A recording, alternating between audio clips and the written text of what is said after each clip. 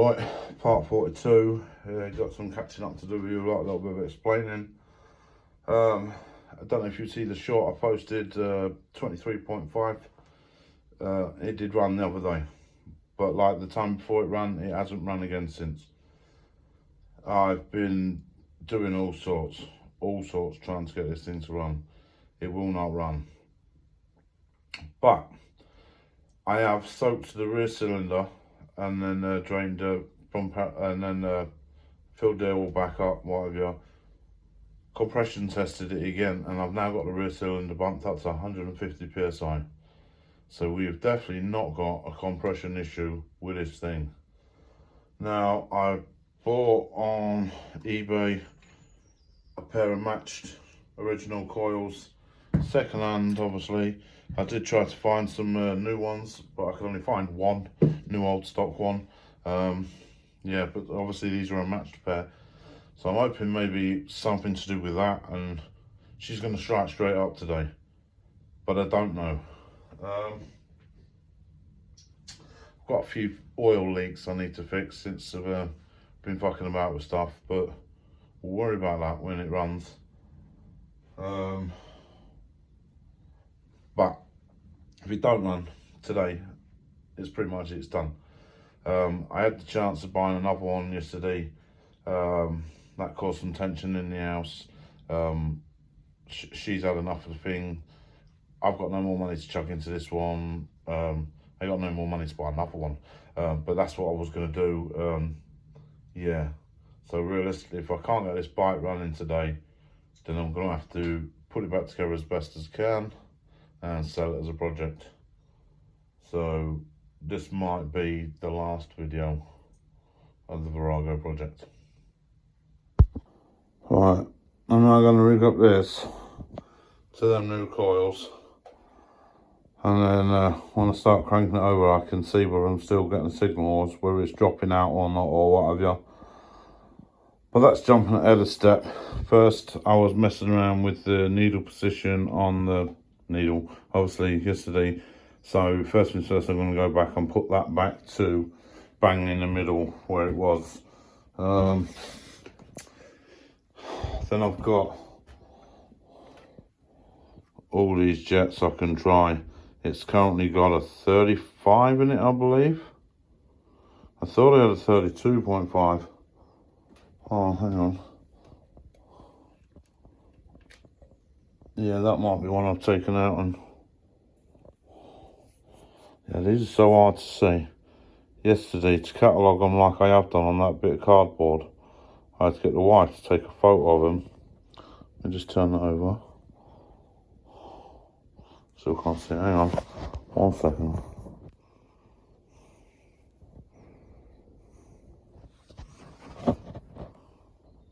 I'll just keep rolling back past it. Anyway, the numbers on them are so tiny, I had to get the wife to get the camera on it so I could see what it said.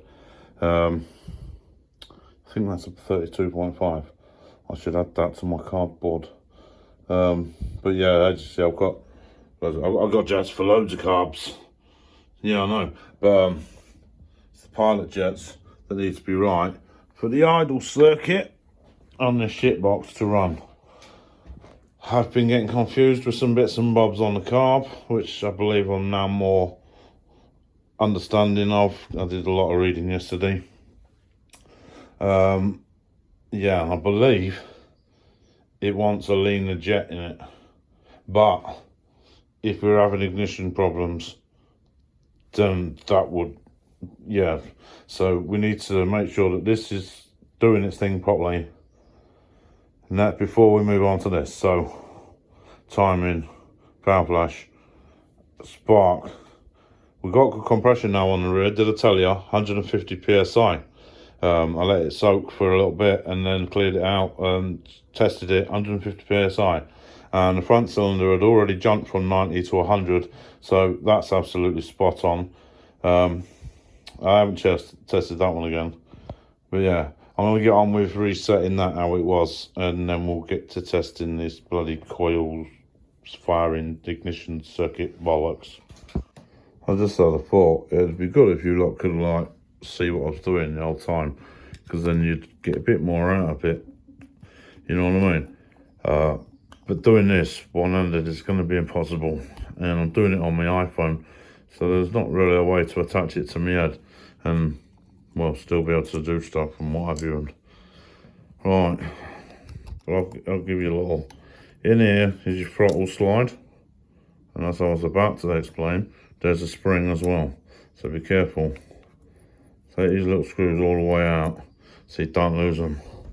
Put them somewhere safe. And gently withdraw your slide. Now the next bit needs two hands, because you need to compress this spring as far back as you can to unhook that cable from inside of here.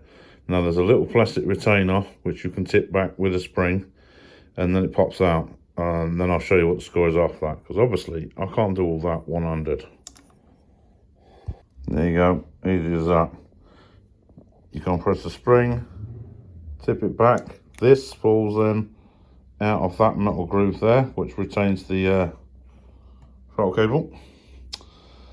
Then we need to get a little screwdriver in there and carefully unscrew them screws to remove that black metal piece inside there to get to the throttle needle.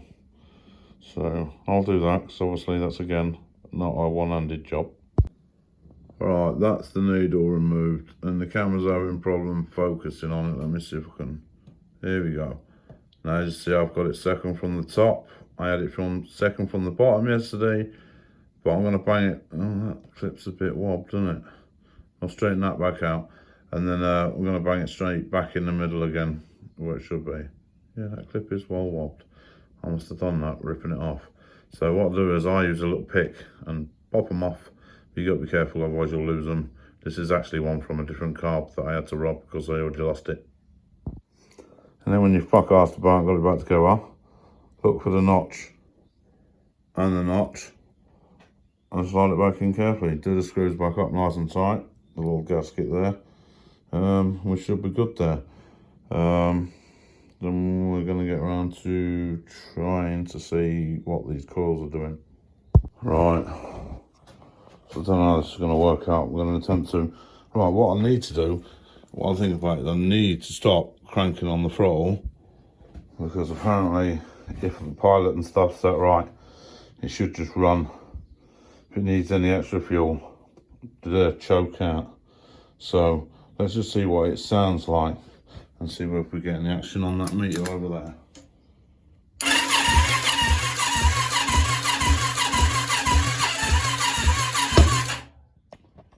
Oh, we don't seem to be getting no action on that, but we did have a pop. Have I set that up right, or give me a second. Right, so it's working now, a duff connection. Now, don't ask me what none of this means, but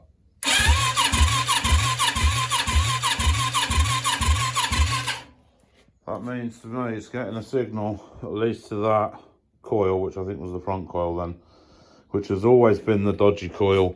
If you remember rightly, you had to change the MOSFET in the CDI unit that ran that, because it never ran at all when I got it. So I'm taking that as a, that's all good. So now I'm going to mess around with jetting and stuff. I'm going to give it a couple more cranks after I tweak this air screw a little bit. But I'm not sure whether it wants to go up in fuel. Turn this off on shine balls so I don't burn them coils out. I don't know if it wants to go up in fuel, or if it wants to go down in fuel. I don't know if it's lean or rich or what, or yeah. As soon as I hit it right, it should just spark off.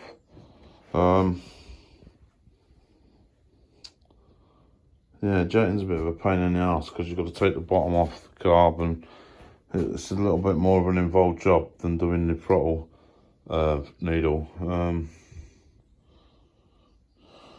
I'm not sure how much of that I'll be able to film. Maybe I'll do a time lapse or something. I'm not sure how to add music to a time lapse yet, so I'm sorry if that's a bit boring to you, if that's what I do end up doing. Alright, so I have to give it a rest a minute. I've been cranking it over. It smells a bit, I don't know if it still smells lean. It doesn't smell over fuel-y like. We're gonna pull a plug out this rear cylinder and have a quick look. We'll do that and then we'll inspect it together. I love this thing. I'm spoiled on her. Makes jobs like that such a breeze. Okay, so as you can see, that is wet and black. Blacker than my soul. Yeah. So too much fuel. Yeah? So this 35 jet that's in it is miles too big. Now I think I had a 32.5 in it before. I don't think that worked. So I think we'll make a jump straight to my cardboard. And I think there's a 50 on there, which is well too big. I think it came with this. Anyway, but I think we're going to go for 30. And then we're going to go down in 2.5s if needs be. With regular plug checks, it would seem. Right, 30 jet installed. I left that open a while so it can air out. I'm going to chuck the plug back in, see what happens. Oh yeah, clean fuel up, see what happens. Oh, this is going to be a long day if I have to go all the way through them. Right, cranking over at that. She's stinking of fuel. We're not really starting. I'm cranking that screw out. More than 2.5 turns, which should indicate I need to go down a pilot jet, because that means it's too much fuel to adjust it too much with the air. But yeah, it's still not starting. The shed stinks of fuel. I'm going to go down another jet. Yippee! Right, probably not a good idea to copy me, but I only put 2 screws back in that float bowl, like diagonally from each other. Because if I'm going to take it out 1, 2, 3, 4 more times, then you know what I mean. Right. Let's see what happens now.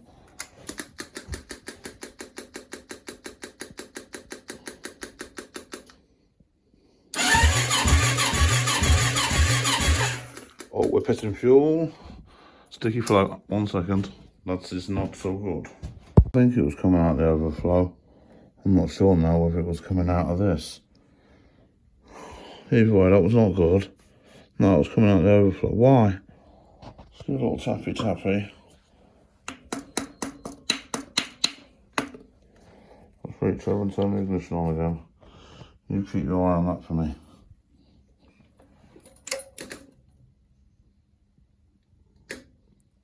No, pitch and fuel again. Why?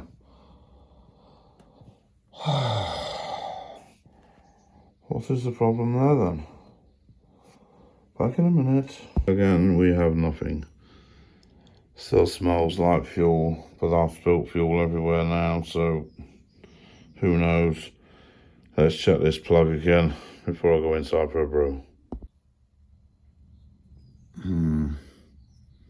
Not as wet.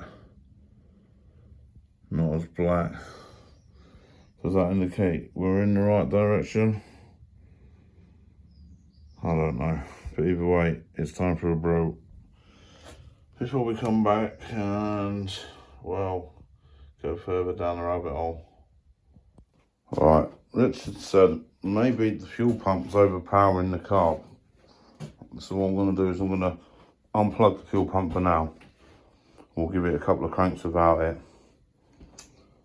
See if that helps, I don't know. First, remember to put your fucking plug back in your bell end. Right, so I gave it a few cranks, absolutely nothing. Check that plug. Bone dry this time. What's going on?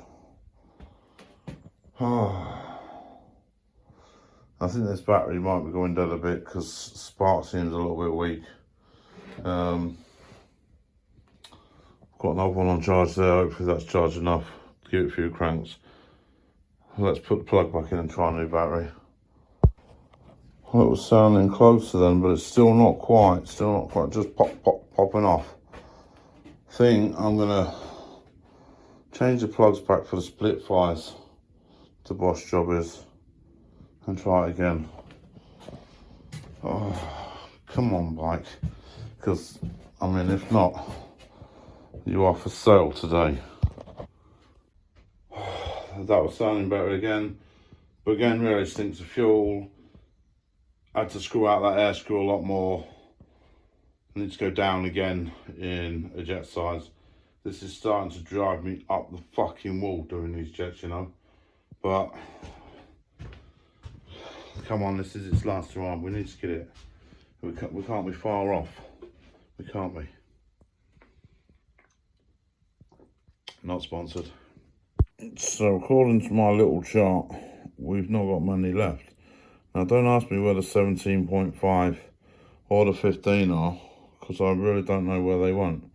Well, I should have some somewhere, but I think we're going to skip 22.5. I'm just going to go straight to the 20. Or do I start at the bottom and work my way back up now?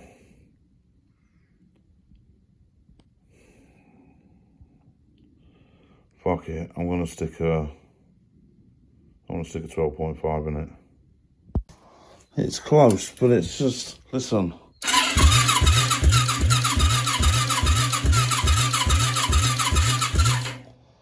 She just won't crack off. What do you want from me? I don't think it smells as fuely as it did. Let's inspect the plugs and look for moisture.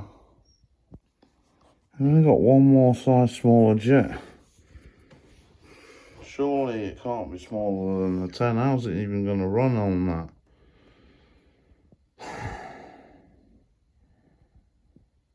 Or do I need to go back up? Because, well, let me see if I can find a 17.5 or a 15. After trying very difficult to look, this one's a 15.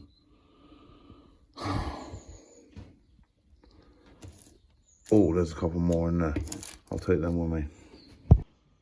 I just don't know. She sounds like she wants to go. She just won't go.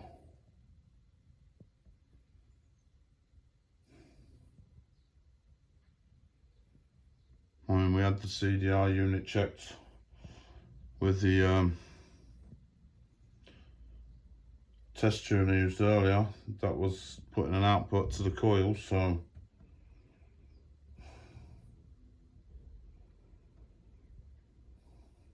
pull both plugs and let me have a look. Interestingly, plugs are dry this time round. Just make a mental note of that. I don't know if it means anything. Right, I've got both plugs out. I'm gonna quickly check for spark on both at the same time. Well, they're both sparking, but it seems to be more like an orange than a nice white spark.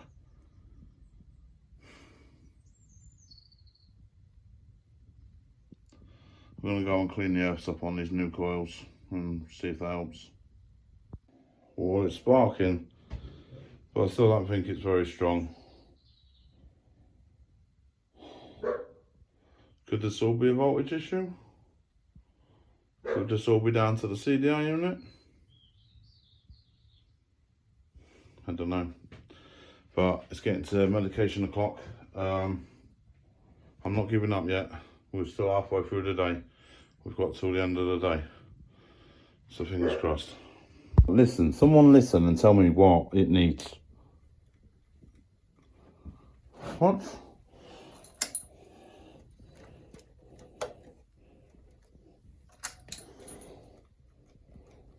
The start button's just died.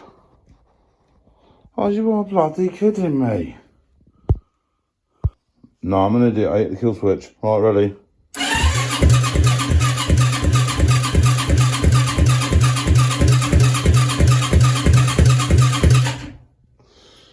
As you can hear, she's nearly there. What does she want? Please, somebody out there must know or must be able to give me an idea. But what is it? She's so close. Right, so I've been talking to Richard. He's been running me through a few things to try again. So what I've just done is hooked up my timing light and connected it to the front HT lead and the battery, and then cranked it over and tried to check the timing. Now I couldn't verify with the light exactly because I don't know what revolutions the bike's doing and to set right on there, so Yeah, but it was definitely flashing, which means it's definitely receiving a signal from the coil.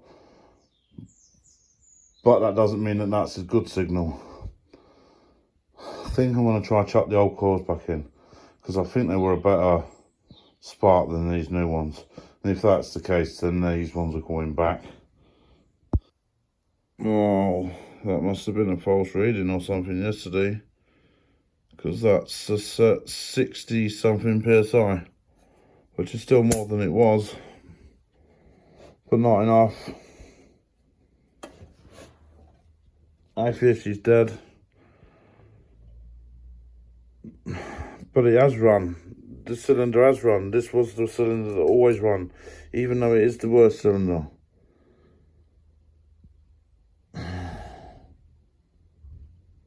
It's coming near to the end now and all, at which point it'll be for sale. I don't know what it wants. I put the old coils back on, I've removed the carburetor, I've squirted Easy Start straight down its neck. She's still not working. I'm going to pull the plugs and check them again, crank it over, make sure it's not flooded.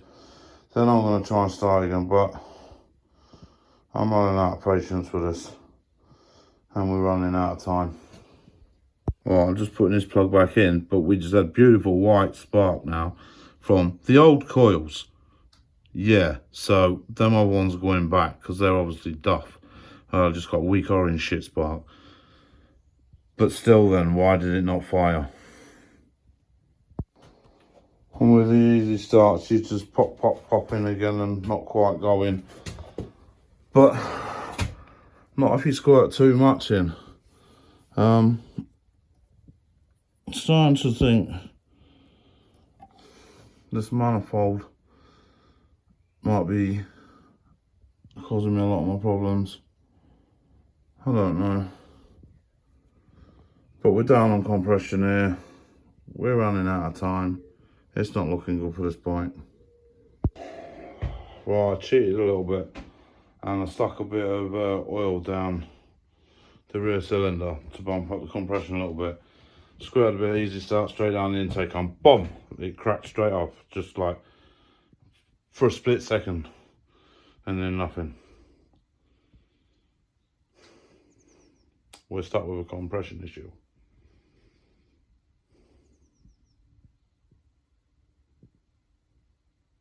Surely that's what it is. It has to be.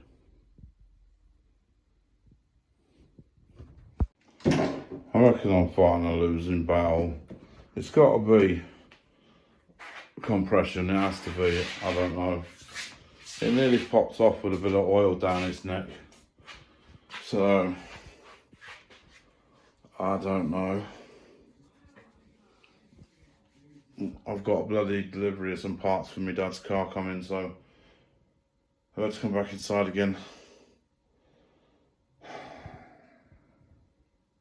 Tick tock, running out of time though. If it's looking like a compression issue, there's a couple of things I can try. Make sure it's 100% in time. Make sure my valve lash is all good. But I've got a nice bright white spark now from my old coil packs. Them other ones are going back. I put a 22.5 pilot back in the carb because it didn't smell like there was no fuel coming out of the exhaust to me, so I bumped up a little bit. She's still not going. I'm really struggling, and like I say, I made a deal with the wife this morning that if it's not fixed today, then it's going. It's not looking good for it. Right, after reviewing some numbers in the manual, discussing some bits with Richard, it needs a new engine. The compression's too low on the rear cylinder.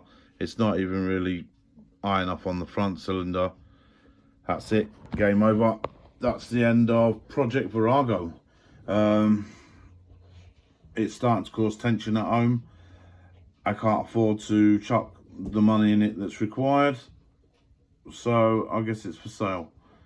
So I'm going to go out and spend the rest of my afternoon putting it back together to make it look like a bike, so I can take some photos of it, so I can list it and try and accumulate some of my money back. I mean, that's all I can do at this point. I would have loved to keep it, I would love to carry on, but that's just it. So I guess this is the finale of the old Virago bobber project. Few things I've learnt. Don't trust anybody you buy fucking anything off. Treat old bikes as if they are old bikes.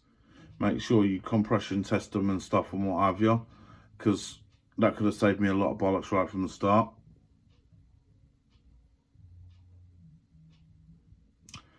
And don't buy a Virago in general. Don't buy it. It's a shit bike. There's too many little issues. The parts are hard to come by. Yeah.